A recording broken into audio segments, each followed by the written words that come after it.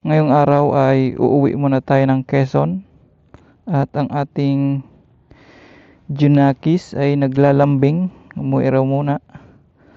Sa December pa sana ang uwi namin, kaso sabi ni Commander, uwi daw muna saglit.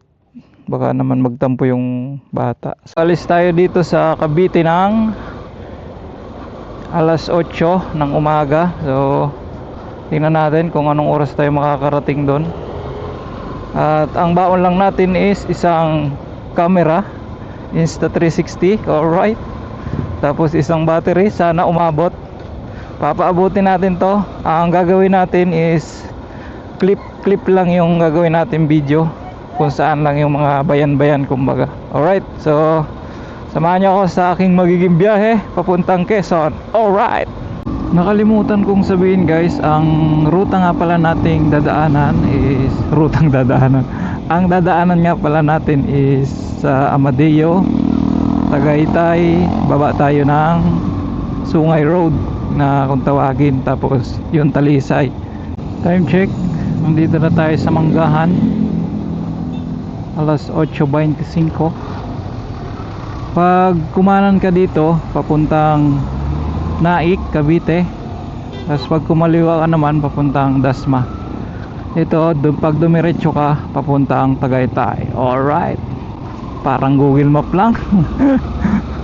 So ano lang tayo, update lang kasi wala pa tayong extra battery, hindi pa tayo makapag-record ng mahabaan. So yun, update lang tayo. Alright, dito na tayo sa Amadeo, Cavite. Alright, ayan mo, Amadeo. Akit na tayo ng Tagaytay.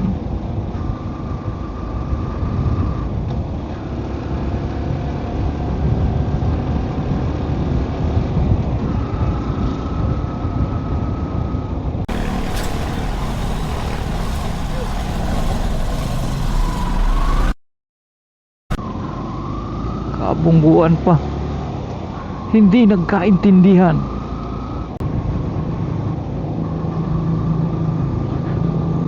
Time check 8:58. Dito na tayo sa Tagaytay.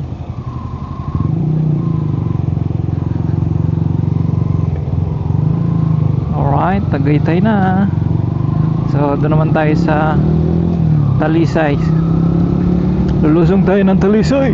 Let's go! Kakaanan na tayo dito sa Talisay. Pag diniretso mo yan, dyan ata yung daan papuntang People's Park in the Sky. Dito tayo, kanan tayo dito sa Talisay. Ito yung tinatawag na Sungay Road. Ito yung mga dinadayo ng mga riders. May isa pang daan dito matatalim din yung kurbada dun sa kabila.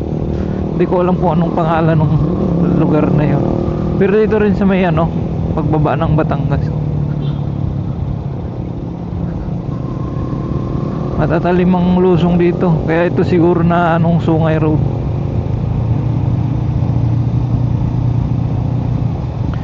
Nakapag video na rin ako dito dati, kaso wala pa ako nung mic. Saka hindi pa ako nun masyado marunong mag-edit ng mga video. Kung ano lang yung nakukunan, yun.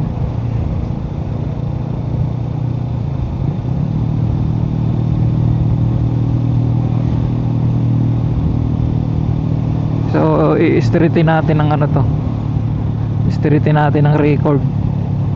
Maganda kasi yung dito, mga lusong.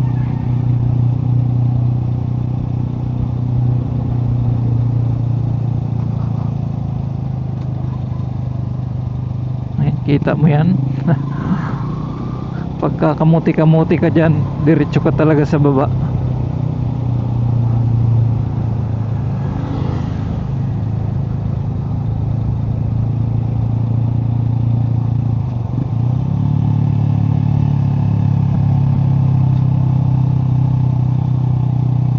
Ito, napakatalim nitong lusong na to.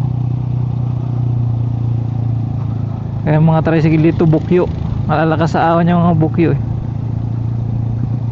Dito kami kumakain pag ano, kaso parang sarado.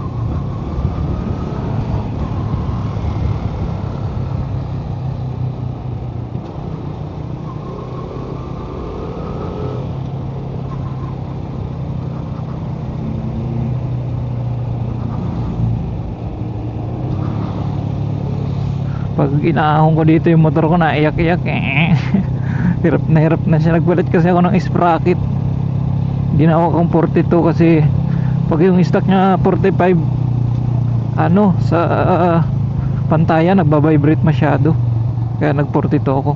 Grabe talim ng ahon, ay talim ng kurba.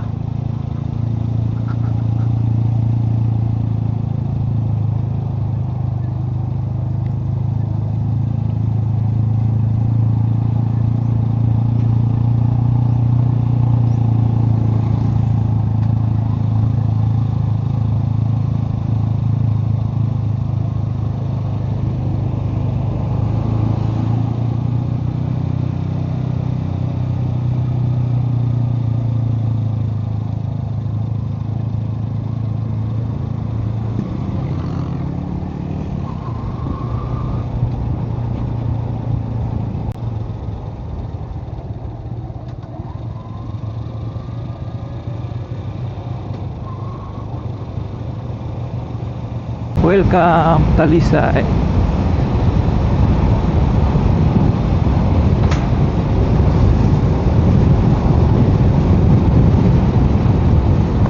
Nung unang ride ko dito, talagang manghang-mangha ako eh. Sabi ko napakaganda pala dito. Nalaman ko tong daan na to hindi sa mga nagbo-vlog.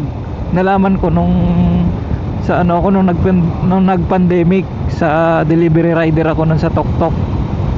May dineliver ako dyan sa Laguna, tapos dito ako pinadaan ng Google Map, kaya nalaman ko to. Sabi ko maganda pala dito, tsaka mas malapit dito pag uuwi ka ng Quezon, pag galing ka ng Cavite, mas malapit dito, wala pang masyadong sasakyan.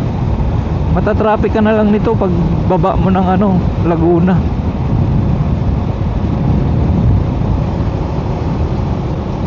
Maganda pa daan dito pag weekend. Ang dami ditong nagra-rides.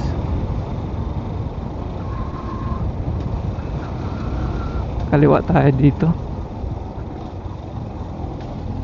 Hataw-hataw ako dito dati, biglang ano pala doon. Ito maganda to dati, hinarangan lang, nilagyan na ng harang kasi dati open to lugar na to. Tinitigilan ng mga riders yan, baka kasi may ma-aksidente kaya hinarangan. Hindi na muna tayo titigil, dire-diretso na tayo. Ganda, wow, ang sarap magmotor. Ang ganda sa Pilipinas.